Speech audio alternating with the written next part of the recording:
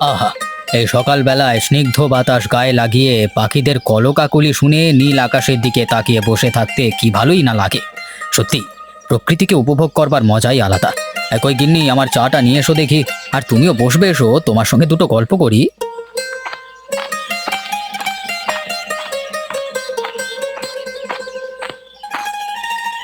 এই নাও তোমার চা। আজকে সকালবেলার আবহাওয়াটা সত্যিই খুব সুন্দর লাগছে। লাগবে না কেন? এবার গরম শেষ হয়ে শীত পড়তে চলেছে, তাই তো এ সময় আবহাওয়াটা এত স্নিগ্ধ লাগছে। মোলায়েম ঠান্ডা বাতাস গায়ে লাগছে। হুম, তাই বলে তুমি হুট করে আবার এই সকালবেলায় উঠে ওই ঠান্ডা বাতাস গায়ে লাগাতে বেরিয়ে পড়ো না যেন। এই সময় শরীর খারাপ হওয়ার ভয় থাকে। সেটা তোমাকে কথা দিতে পারছি না গিন্নি। কখনো মন গেলে হয়তো বেরিয়ে পড়তেও পারি, সে বিষয়ে আমি তোমাকে আগে থেকে বলতে পারছি না। হ্যাঁ, সে তো বটেই। আমার চোখের আড়াল হলেই তুমি শুধু উড়ে বেড়াতে চাও, আমি জানি। আমি এখন ভাবি, যদি তোমার বাকি গ্রামের মোড়ল জমিদারদের মতন একজন করে সেঙাত যুক্ত থাকতো, তাহলে খুবই ভালো হতো।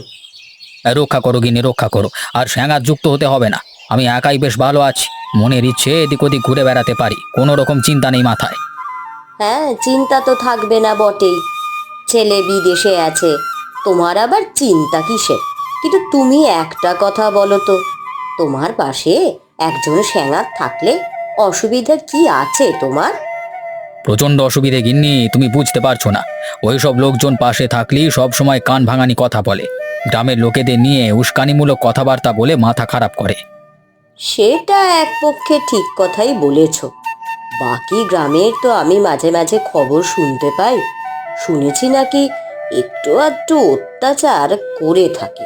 কিন্তু একদিকে তুমি গ্রামের মানুষদের জন্য সমস্ত কিছু যেন উজাড় করে দিচ্ছ। এটাই আনন্দ গিন্নি। কোনো সময় হঠাৎ করে পৃথিবী থেকে চলে গেলে আমি তো এই অর্থ সম্পত্তি নিয়ে যেতে পারবো না। অতএব গরিব মানুষদের জন্য ভালো করে গেলে তারা ভালোভাবে থাকতে পারবে, তাই না? সকালবেলায় তোমার এই কথাগুলো শুনতে খুবই ভালো লাগে। সত্যি তো, মানুষের উপকার করে যে আনন্দ পাওয়া যায়, সেই আনন্দ আর কোনো কিছু কাজেই পাওয়া যায় না। আরে ও গোপালদা, দাঁড়াও দাঁড়াও, একটু আস্তে হাঁটো, আমিও যাব, দাঁড়াও। হ্যাঁ চল ভাই, দুজনে মিলে তাহলে যাওয়া যাক। তা দাদা, গরমকাল তো এরপর শেষ হতে চললো, তা কি পরিকল্পনা করছো? কি আর পরিকল্পনা করব? প্রত্যেক বছর যেমন আমার ব্যবসার একটা আয় থেকে কিছু শতাংশ নিয়ে গরিব দুঃখী মানুষদের চাদর বস্ত্র দান করি, সেটাই করব। তুইও কি এবছর খাওয়া দাওয়ার আয়োজন করেছিস নাকি? আমি ভাবছি দাদা, এবছর আমার আয়োজনটা একটু বড় করে করব, যদি তোমার সাহায্যের হাত আমার দিকে থাকে। ব্যাপারটা আমাকে একটু বুঝিয়ে বল তো, আমি ঠিক বুঝতে পারলাম না। আসলে দাদা, তুমি একবার ভেবে দেখো, আমাদের গ্রামে আমরা ভাগ্য করে একজন মোড়ল মশাই পেয়েছি। সব সময় আমাদের ভালো চিন্তা করেন এবং আমাদের জন্য কত কিছু করেছেন। হ্যাঁ, সে তো বটেই। হাসপাতাল, বিদ্যালয়, রাস্তাঘাট, পানীয় জলের ব্যবস্থা সমস্ত কিছুই তিনি আমাদের জন্য করে রেখেছেন। আমাদের তো কোনো অসুবিধে নেই, তাই জন্য আমরা ব্যবসার দিক থেকে অনেক উন্নত হতে পারছি। হ্যাঁ দাদা, সেটাই বলছি। তাই জন্য আমি এবছর ভাবছিলাম, আমরা গ্রামের সবাই মিলে এই শেষ গরমে সকল গ্রামবাসী সহ মোড়ল মশাইয়ের জন্য এক মহাভোজের আয়োজন করব। বাহ বাহ বাহ বাহ, এ তো দারুণ পরিকল্পনা। শেষ গরমের মহাভোজ, হ্যাঁ ব্যাপারটা কিন্তু দারুণ হবে। হ্যাঁ দাদা, এখন তুমি বলো, তুমি কি আমার সঙ্গে থাকতে চাও? তাহলে বিষয়টা আরো জমজমাট ভাবে করতে পারতাম। অবশ্যই। তুই একটা ভালো পরিকল্পনা নিয়েছিস, আর সেই পরিকল্পনাটাকে সার্থক করবার জন্য অবশ্যই তোর সাথে থাকতে চাই। তাহলে কবে সেই আয়োজন করা হচ্ছে বল? ভাবছিলাম গত পরশুদিনই আমরা মহাভোজের আয়োজন দেব। এখন তুমি কি বলো? তার আগে গ্রামবাসীদের সকলকে নেমন্তন্ন করতে হবে। আমরা দুজনে কি দুদিনের মধ্যে এত কাজ পেরে উঠব? কোনো চিন্তা নেই দাদা, সকাল থেকে সন্ধে পর্যন্ত কাজ করলে দেখবে সকল গ্রামবাসী আমাদের দিকে সাহায্য করতে এগিয়ে চলে এসেছে। ঠিক আছে, তাহলে ওই কথাই রইল। মোড়ল মশাই, ভালো আছেন? আপনার কাছে একটু দরকারি এলাম। কি ব্যাপার নগেন, তোর আবার আমার কাছে কি প্রয়োজন? সকাল সকাল আমার সাথে দেখা করতে চলে এলি যে? আপনি যদি সাহস দেন তাহলে আমি একটা কথা বলতে পারি। তুই যতই অনুরোধ করিস টাকা আমি দেব না। মোড়ল মশাই, আপনি এত ভালো মানুষ, সকালবেলায় শুধু শুধু একজন গরিব মানুষের মন খারাপ করাচ্ছেন। এতে মন খারাপ করবার কিছু নেই। তুই ভালো করে ভেবে দেখ আমি কি জন্য এ কথা বলছি। তুই আগে আমার কাছে কতবার টাকা ধার নিয়ে গেছিলিস, সেসবের কোনো হিসেব আছে যে তুই সেসব টাকা কি কাজে লাগিয়েছিস? আসলে মোড়ল মশাই, আমি যে ব্যবসা করতে চাই সেই ব্যবসায় ডুবে যাই, তাই জন্যই আমি সেই টাকাগুলো ফেরত আনতে পারি না, আর আপনাকেও ফেরত দিতে পারি না। আমি তো তোকে ফেরত দিতে বলিনি, কিন্তু তুই কি সত্যি বলছিস আমাকে সকালবেলায়? তুই সত্যি কি ব্যবসার কাজে টাকাগুলো লাগাস? 100% সত্যি কথা বলছি। আপনার বিশ্বাস না হলে আমি কি করব বলুন? আমি সব খবরই পাই নগেন। তুই যখন সকালবেলা এসে আমার সামনে অবলীলাক্রমে মিথ্যে কথা বলে চলেছিস, তাহলে আমি তোকে বলি, তুই আমার কাছ থেকে টাকা নিয়ে সমস্ত টাকা ফুর্তি করে উড়িয়ে দিস। আমি এটাও শুনেছি তুই নাকি দিন শেষে সুরাপান করে ঘরের মধ্যে ঘুমাস। কে কে আপনাকে কথা বলেছে, নামটা একবার বলুন, আমি তাকে আপনার সামনে এনে প্রমাণ করিয়ে দেব।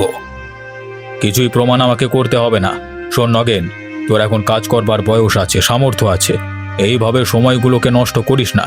তাহলে দেখবি এক সময় তুই সব কিছু হারিয়ে বসে আছিস, তখন মানুষের উপর হিংসা ছাড়া আর কিছু করতে পারবি না। মোড়ল মশাই, আপনি জ্ঞান না দিয়ে যদি আমাকে 2-4টে টাকা দিতেন তাহলে তো এই গরিবের উপকার হয়ে যেত, তাই না? তোর আচরণ দেখে বোঝা যায় তোর নামে যে কথাগুলো শুনেছি সবই সত্যি। তুই এখন দয়া করে এখান থেকে আয়, আমার দিনটা নষ্ট করিস না। ঠিক আছে, আমি চলে যাচ্ছি, দেখা হবে মোড়ল মশাই।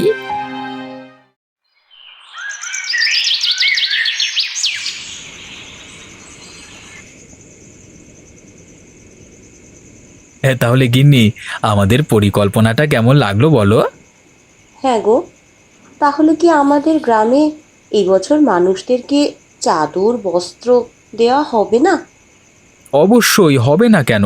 গত পরশুদিন তো খাওয়া দাওয়ার আয়োজন করা হয়েছে, তার পরদিন না হয় লোকজনকে ডেকে চাদর বস্ত্র দান করব। তাহলে তো বেশ ভালোই হয়। অনেক দিন বাদে গ্রামে এরকম একটা আয়োজন হবে, তাও আবার আমরা করব। এটা ভেবেই আমার খুব ভালো লাগছে। শুধু ভালো লাগলে হবে না গিন্নি, কালকে থেকে আমাদের কাজকর্ম সব শুরু করে দিতে হবে। হ্যাঁ, না হলে কিছুই আমরা উদ্ধার করতে পারবো না। সে আর বলতে, যত শীঘ্র আমরা কাজগুলো উদ্ধার করতে পারবো ততই মঙ্গল। গ্রামবাসীদেরকে নিমন্ত্রণ করতে হবে, খাবার দাবারের ব্যবস্থা করা, সবজি কাটা, রাঁধুনিদের দিয়ে রান্না করানো। ওহ, প্রচুর কাজ আছে। সে তো বটেই গিন্নি, এইসব কাজ সবাই মিলে করতে দেখবে কত আনন্দ হচ্ছে। তা হ্যাঁ গো, মোড়ল মশাই কি জানেন? না না, কালকেই আমরা মোড়ল মশাইয়ের কাছে যাব এবং তাকে আমন্ত্রণ জানিয়ে আসব। নিশ্চয়ই মোড়ল মশাই আমাদের এই আয়োজন শুনে খুব অবাক হয়ে যাবেন। অবাক হলে শুধু হবে না, আমি চাইছি যেন মোড়ল মশাই মন থেকে খুশি হন। উনি যখন আমাদের সারা জীবনে এত খেয়াল রাখেন, আমাদেরও তো উচিত ওনার খেয়াল রাখা, তাই না? তা তো বটেই। আচ্ছা, তাহলে এখন খেতে দিয়ে দিই, কালকে ভোর ভোর উঠেই আবার কাজ শুরু করতে হবে। হচ্ছে না, আজকে রাতটা কাটাবো কি করে? একটু মাল না পেটে পড়লে হবে না, আমার সারা শরীর মাথা জ্বলে যাচ্ছে। আমার এখন মাল চাই, মাল খাবো, মাল না খেলে হচ্ছে না রে বাবা, ভালো লাগছে না রে বাবা। আরে নগেনদা, ঘরে আছো নাকি? আমি নন্দ। ওরে নন্দ, ঘরে আয়, আমি আর পাচ্ছি না, মনে হচ্ছে আর বাঁচবো না। ওরে নন্দ, তুই হাতে করে ওটা কি এনেছিস? ওরে ওরে, আমাকে এক্ষুনি দে ওটা, ওরে গলায় না গেলে আমি মরে যাবো।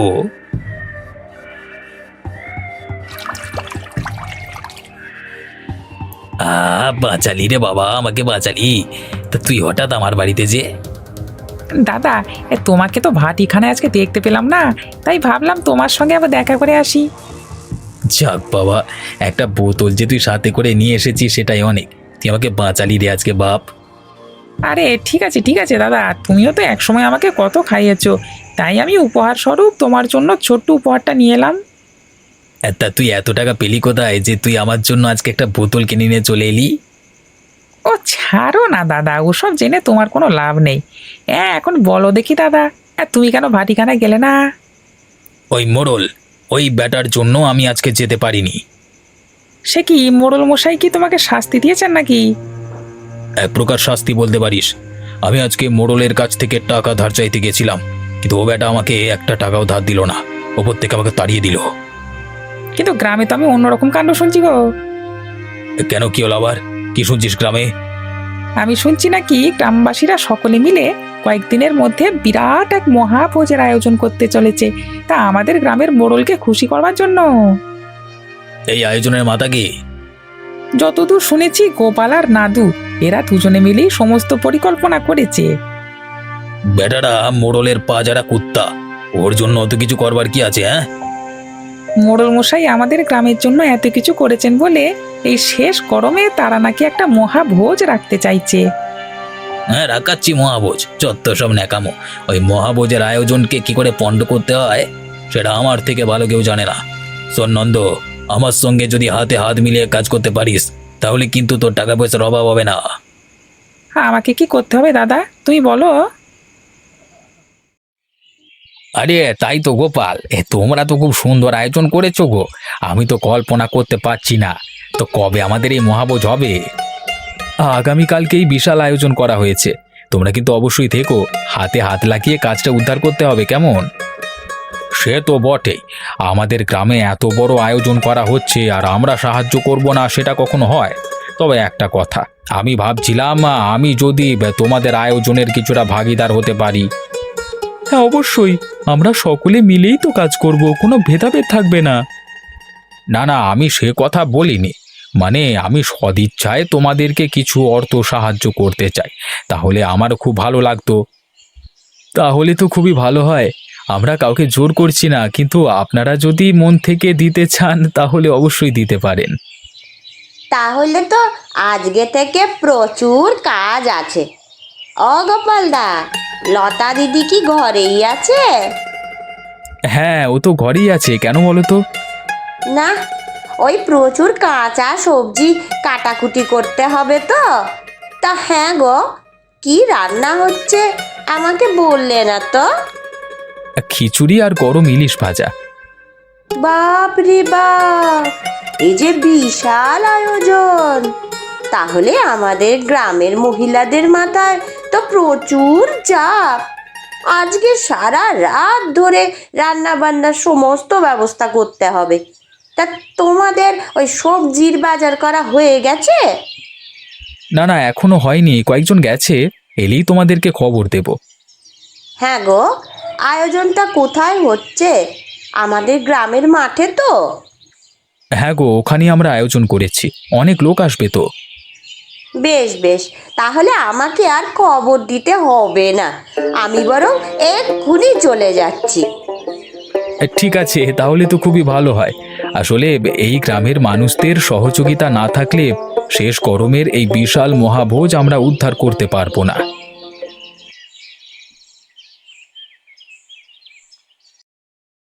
কি গো, তুমি কিছু শুনলে?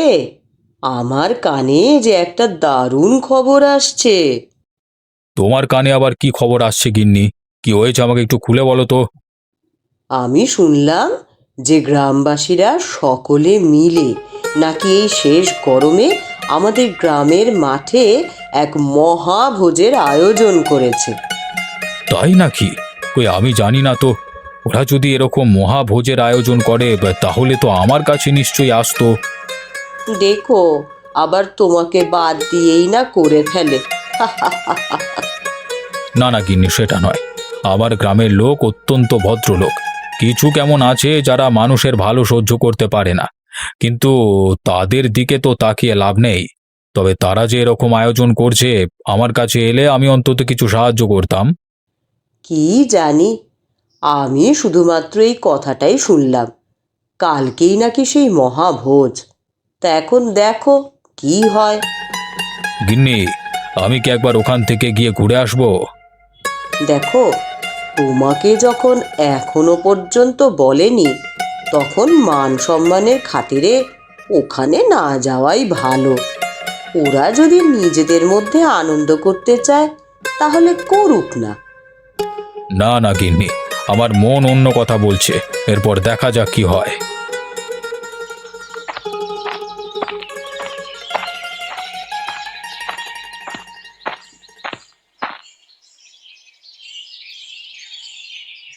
মোড়ল মশাই, মোড়ল মশাই কোথায় গেলেন? একবার বেরিয়ে আসুন, আপনার জন্য একটা দারুণ সুখবর আছে মোড়ল মশাই। কই? আরে তোমরা দুটিতে হঠাৎ আমার এখানে? সারা গ্রামে নিমন্ত্রণ করতে করতে এতটা দেরি হয়ে গেল, আসল লোকটাকেই বলতে বেলা হয়ে গেল। মানে আমি ঠিক বুঝতে পারলাম না তো ব্যাপারটা। মোড়ল মশাই, আপনি হলেন আমাদের গ্রামের প্রিয় মানুষ, তাই আপনার জন্য একটা বিরাট সুখবর আছে। আমরা গতকালকে বিরাট এক মহাভোজের আয়োজন করেছি। গরম শেষ হতে চললো তো, তাই জন্য এই আয়োজন। বিশেষ করে আমরা এই উৎসব আনন্দটাকে আপনাকে উৎসর্গ করতে চাইছি। বাবা বাবা, এই তো খুব দারুণ কথা। সত্যি তোমরা যে আমাকে এতটা ভালোবাসো সেটা তো আমি কল্পনাও করতে পারছি না। কেন কল্পনা করতে পারছেন না? আপনি আমাদের জন্য এত কিছু করেছেন, আর মাঝে মাঝে আপনাকে আনন্দ দেব না সেটা কি হয়? তাহলে মোড়ল মশাই, আমরা বেশিক্ষণ দাঁড়াতে পারবো না, আমাদের ওইদিকে অনেক আয়োজন আছে। আমরা তবে এলাম, হ্যাঁ? আপনি অবশ্যই কালকে সকাল থেকে হাজির হবেন ওখানে। এই শোন না গোপাল, তোমাদের কিছু টাকা পয়সা? আরে মোড়ল মশাই, এসব কিছু আমরা আপনার জন্য করছি, আর আপনি আমাদের অর্থ সাহায্য করতে চাইছেন? ধুৎ, কি যে বলেন না আপনি! কিচ্ছু লাগবে না, আপনি আর গিন্নিমা কালকে সকাল সকাল গিয়ে ওখানে উপস্থিত হবেন। ঠিক আছে, তবে তাই হবে। তোমরা তবে আয়োজন করো শেষ গরমের মহাভোজের।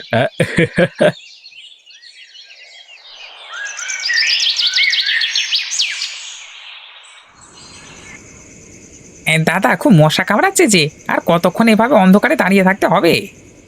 চুপটি করে অপেক্ষা কর। মালটা আজকে এত দেরি করছে কেন কে জানে। এখানে দাঁড়িয়ে কিছুক্ষণ অপেক্ষা করলে নিশ্চয়ই। আরে ওই দেখ, ওই দেখ, মালটা আসছে। মনে আছে তো কি করতে হবে?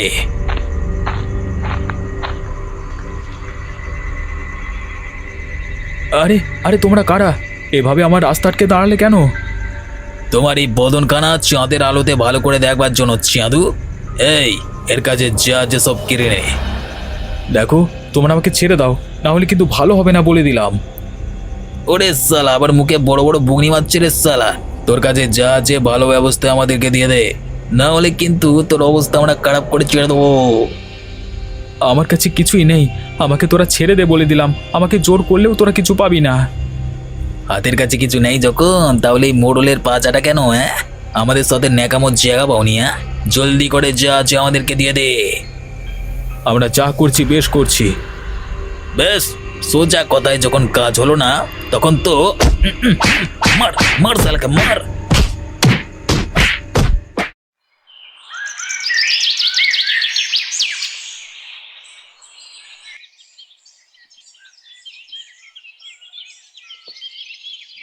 আরে কি হয়েছে? একে শুনলাম আমি গোপাল, রাত্রিবেলায় নাকি তোমাকে কয়েকজন গুন্ডা আক্রমণ করেছে। হ্যাঁ মোড়ল মশাই, আগে কোনোদিন এরকম হয়নি, কিন্তু আজকে হঠাৎ। আমাদের গ্রামে চোর ডাকাতির উপদ্রব বাড়ল কিভাবে? এখানে তো কোনো চোর ডাকাত আছে বলে আমার জানা ছিল না। চোর ডাকাত নয় মোড়ল মশাই, আমার মনে হলো ওরা গ্রামেরই কয়েকজন লোক, মুখগুলো ঢাকা ছিল বলে বুঝতে পারলাম না। ওরা তোমাকে শুধু শুধু আক্রমণ করলো কেন? কিছু টাকা পয়সা কি নিয়ে পালিয়েছে? না মোড়ল মশাই, আমার মনে হলো আমরা গ্রামে এই মহাভোজের আয়োজন করায় এবং বিশেষ করে আপনাকে প্রাধান্য দেওয়ার কারণে ওই লোকগুলো খেপেছিল আমাদের উপরে। বলিস কি রে? তার মানে ওই লোকগুলোর আসল উদ্দেশ্য ছিল তোকে জখম করে যা হোক করে এই মহাভোজের আয়োজন বন্ধ করা, কারণ ওই লোকগুলোর রাগ তোদের উপর নয়, আমার উপর আছে, তাই তো? একদমই তাই। আমি অল্প অল্প বুঝতে পারছি এ কাজকে করতে পারে, কিন্তু তাদেরকে এই মুহূর্তে ধরে যদি জিজ্ঞাসা করা হয়, তারা নিশ্চয়ই সত্যি কথা বলবে না। কে করেছে মোড়ল মশাই? কার আপনার খুশি দেখে সহ্য হয় না? থাক, তার আর নাম বলে লাভ নেই। তা গোপাল, তোমার শরীর তো জখম হয়েছে, তাহলে কি আজকে মহাভোজের আয়োজনটা? সব হবে মোড়ল মশাই, আমরাও ছেড়ে দেওয়ার লোক নই। আমি এই শরীর নিয়েই সকলের সাথে মিলেমিশে কাজ করে শেষ গরমের মহাভোজ আপনাকে উৎসর্গ করব মোড়ল মশাই। আমার আমার সকাল থেকে একটু শরীরটা অসুস্থ লাগছিল, কিন্তু আমি এখন সুস্থ বোধ করছি। তাহলে চলো দাদা, যাওয়া যাক।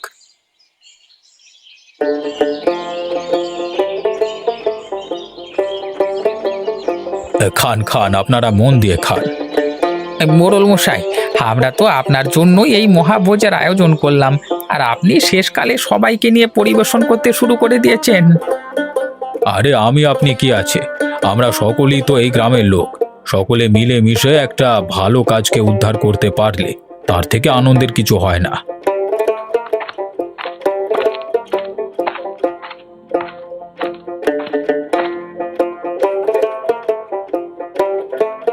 জাসালা, এত ভয় দেখিয়েও কোনো কাজ হলো না। ওরা সালা আয়োজনটা করেই চাললো। কি আর করবো দাদা, চলো আমরাও চুপি চুপি খেতে বসে পড়ি। আরে নগেন যে, এসো এসো, তা খেতে বসে পড়ো। এটাই তো শেষ গরমের মহাভোজ, এরপর তো শীতকাল শুরু হতে যাচ্ছে। হ্যাঁ মোড়ল মশাই, তার শীতকালের জন্য কোনো বস্ত্র নিবেদন কি করা হবে না? ওসব নিয়ে তুমি কোনো চিন্তা করো না, খাওয়ার শেষেই তোমার শরীরকে গরম করে দেওয়া হবে। মানে? ওরে ওরে বাজাও, ওরে আমি আর গরম হবো না রে বাবা। ওরে বাবা রে, মেরে ফেললো রে, আমি আর কোনোদিন কারোর পেছনে লাগবো না রে বাবা, বাঁচাও।